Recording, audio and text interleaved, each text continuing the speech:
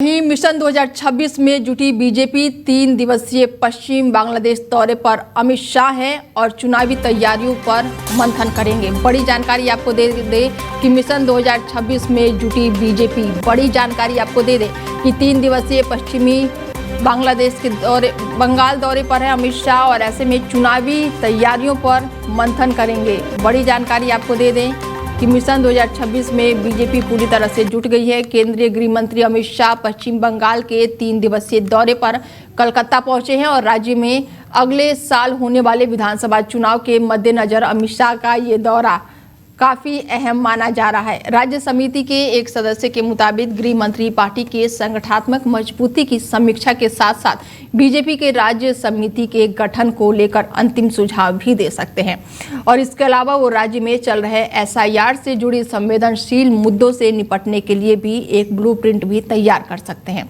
साथ ही 2026 के पश्चिम बंगाल विधानसभा चुनाव के लिए पार्टी की पूरी कैंपेन रणनीति की रूपरेखा भी तैयार करेंगे, खासकर उन मुख्य मुद्दों पर जिसके बारे में काफी हाईलाइट किया गया है। हालांकि नए साल के माहौल को देखते हुए अमित शाह अपने 3 दिवसीय दौरे के दौरान किसी भी सार्वजनिक रैली, रोड शो या फिर जनसभा को संबोधित नहीं करेंगे। अपने दौरे के आखिरी दिन यानी कि 31 दिसंबर को गृह मंत्री अमित शाह पश्चिम बंगाल चुनाव से पहले पार्टी भरने के लिए कोलकाता में एक कार्यकर्ता सम्मेलन को संबोधित करेंगे। बड़ी जानकारी आपको दे दें कि बीजेपी जो है वो 2026 के चुनाव की तैयारियों में जुट गई है। पश्चिम बंगाल में अमित शाह पहुंचे हैं, 3 दिवसीय दौरे पर हैं और ऐसे में काफ़ी अहम ये दौरा माना जा रहा है। बता दें कि अगले साल यानी कि 2026 में पश्चिम बंगाल में विधानसभा चुनाव है और चुनाव को देखते हुए अमित शाह जो है वो कैंपेन की रणनीति की रूपरेखा तैयार करेंगे, खास करके उन मुद्दों पर बातचीत करेंगे जो काफ़ी हाईलाइट किया जाना है। हालांकि नए साल के माहौल को देखते हुए अमित शाह अपने 3 दिवसीय दौरे के दौरान किसी भी सार्वजनिक रैली, रोड शो या फिर जनसभा को संबोधित नहीं करेंगे। पश्चिम बंगाल पहुंचे अमित शाह और ऐसे में अगले साल विधानसभा चुनाव होने वाले हैं और जिसको लेकर अमित शाह ने पार्टी कार्यकर्ताओं को पूरी तरह से अलर्ट रहने का और साथ ही पश्चिम बंगाल में एक बार बीजेपी की फिर से बड़ी रणनीति के तौर पर उतरने की तैयारी है और ऐसे में अमित शाह का ये दौरा बेहद ही खास माना जा रहा है। बड़ी जानकारी निकलकर सामने आ रही है कि चुनावी तैयारियों को देखते हुए अमित शाह का ये दौरा बेहद ही खास है। बता दें कि 3 दिवसीय दौरे पर पश्चिम बंगाल पहुंचे अमित शाह और ऐसे में ये दौरा बेहद ही खास है। अगले साल विधानसभा चुनाव है और ऐसे में 3 दिवसीय दौरे पर पहुंचे अमित शाह और चुनावी कैंपेन को रणनीति के तौर पर ये खास माना जा रहा है। और इस खबर पर ज़्यादा जानकारी के साथ अनुज जी जुड़ चुके हैं हमारे साथ और उनसे बातचीत करते हैं। जी बहुत बहुत धन्यवाद आपका। अनुज जी, बेहद ही खास दौरा माना जा रहा है क्योंकि अगले साल विधानसभा चुनाव है। ऐसे में कितना खास है अमित शाह का ये दौरा? 3 दिवसीय दौरे पर पहुंचे अमित शाह। देखिए, ये दौरा पश्चिम बंगाल के भविष्य को तय करेगा क्योंकि अमित शाह जी सिर्फ गृह मंत्री नहीं बल्कि हमारी पार्टी के राष्ट्रीय अध्यक्ष भी रहे हैं। तो संगठन को मजबूत करने के निर्देश उसके साथ बंगाल के दौरे पर गए हैं। वो 0 लेवल से लेकर टॉप लेवल के कार्यकर्ताओं से मुलाकात करेंगे, संगठन के रूपरेखा पर चर्चा करेंगे और कैसे 2026 के चुनाव की तैयारी की जाए इस पर भी बातचीत करेंगे। तो ऐसे में क्या लग रहा है कि ये जो दौरा है आने वाले चुनाव के लिए बेहद ही खास है?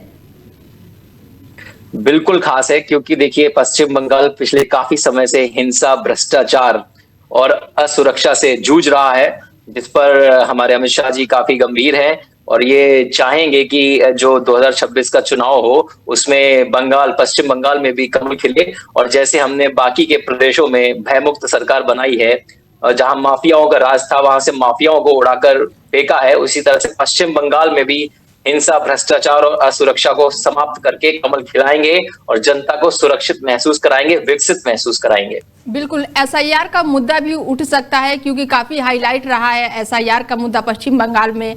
ममता बनर्जी भी सड़कों पर उतरी थी, तो क्या अमित शाह एसआईआर को लेकर कुछ संबोधित करेंगे यहाँ पर लोगों को? देखिए, मुझे नहीं लगता है एसआईआर को लेकर अमित शाह जी कुछ कहेंगे, क्योंकि एसआईआर से भाजपा का कोई लेना देना नहीं है।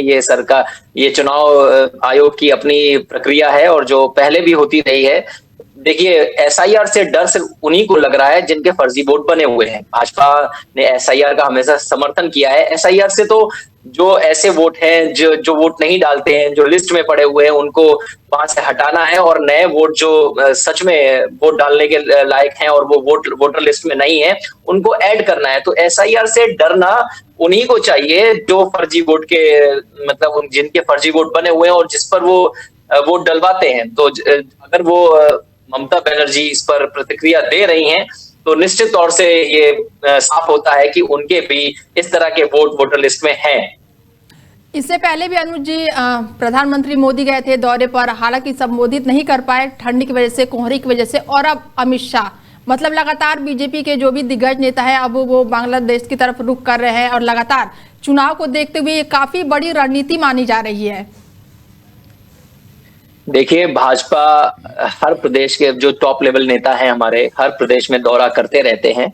ये उसी का क्रम, मतलब आप सीक्वेंस कह सकते हैं। लेकिन पश्चिम बंगाल पिछले काफी समय से भाजपा के लिए प्रायोरिटी रहा है, क्योंकि यहाँ पर भ्रष्टाचार जो है चरम पर है, यहाँ पर हिंसा बहुत होती है और असुरक्षा बहुत फैली, और महिला सुरक्षा को लेकर भी गंभीर आरोप लगते रहे इनकी सरकारों पर। और जैसे ही चुनाव पास आता है, टीएमसी के कार्यकर्ता हिंसा भी बहुत करते हैं, बूथ कैप्चरिंग करते हैं। जिस तरह जो बहुत पहले किसी जमाने में हुआ करती थी, वो आज भी पश्चिम बंगाल में देखा जा सकता है।